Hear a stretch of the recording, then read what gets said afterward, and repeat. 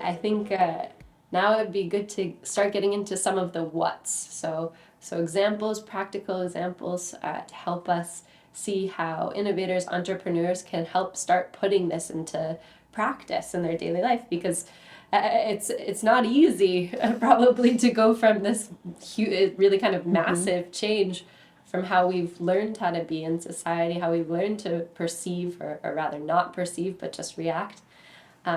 So how can innovators start doing this? So my first question for you is that with U theory and the whole recapturing of consciousness, of awareness, it really does take practice.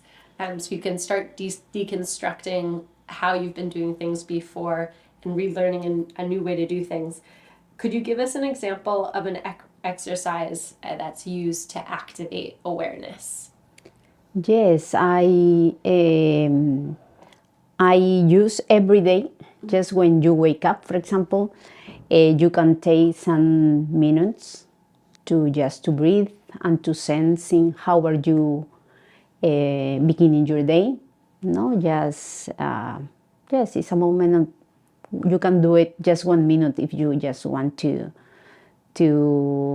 begin, because when to create the habit is maybe more difficult, but just 1 minute to feel in your body how are you beginning the day, no, how you're breathing, or just with one deep breath is how important it's just to make that, to recover the awareness of our body. It's kind of you're like retaking that moment for yourself, and the more you practice that each morning, for example, the more I'd imagine it becomes easier to do them throughout the day, to take that moment to slow down again and connect with yourself before acting. Exactly. It's a really nice example. Exactly. And my next question for you then, aside from this daily moment of practicing breathing, what other types of daily practices would you recommend to an innovator who's starting this path to listening better, not only to themselves, but to those around them? Yes, I think when I began to practice the listening, that I really didn't think that it was so important, how much prejudice I have and how I really didn't know how to listen well. I began with just listening some news, TV news, where I'm, for example, political debates or something like that, and just paying special attention to the conversation where I really disregard in the first in my first idea, no? And I just try to pay attention, just taking out all my prejudice, and if maybe there was some little word that it can make me some sense, no? And I began with this practice. Maybe you can just go to a place where it's not very familiar with your ideas, or in the other, on the opposite side of what you think. Just try for some minutes just to take the temperature of how deep is your listening. Are you really, just to test yourself, really you don't have to say anybody else what's the result of the experiment, no? But we learn through really practicing. There's no other way.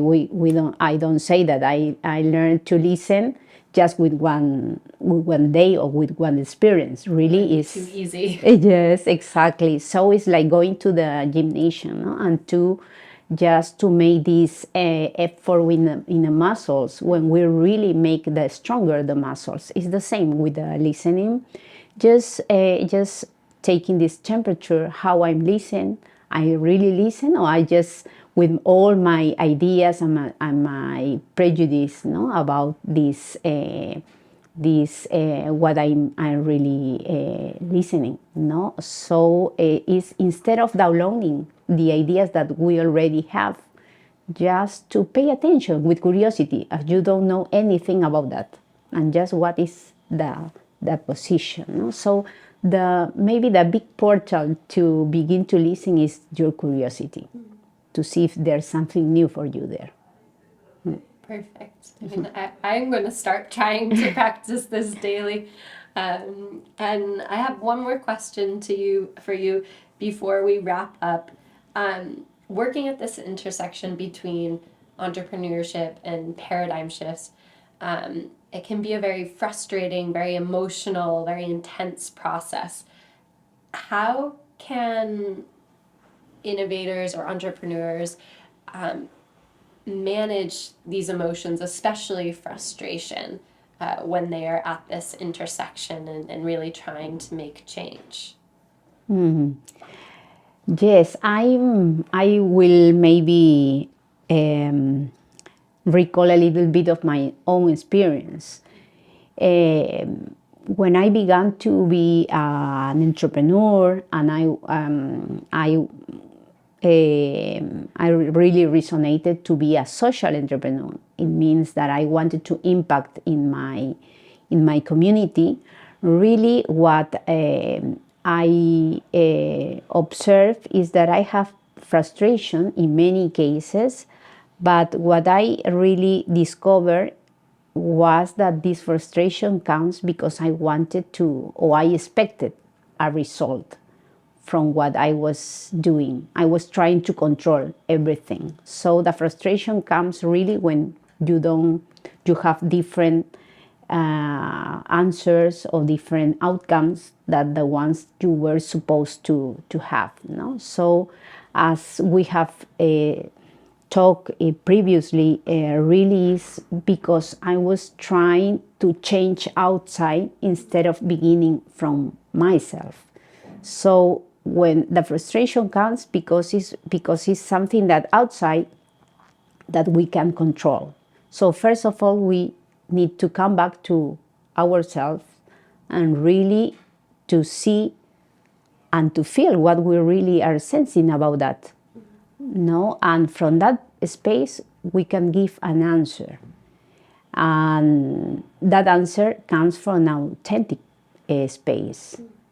So when you are coherent between what you are feeling, sensing, and you act from that space, you are really being loyal to yourself. So from that space, you are really putting your creation outside. No, and it's very different when you try to maybe try to fix an outcome. No, so I think the frustration comes because we can manage outside. We have to really try to go inside and to see what's really happening there and what you can do with that. Basically, is that whatever stimulus is outside will be, and then what you only can control is the way you react or how you respond to that stimulus that you have outside. So it's very important the way how you stay, because when you are loyal to yourself and it comes from an authentic place, you are really well. That's well-being for you. And so maybe sometimes the result of that can be that you have to let go a project. Sometimes it could be that you have to go out from a place that, although you are very you feel very a part of that, it does not work for you anymore. So that's why it's important to see inside. Well, thank you so much, Edith.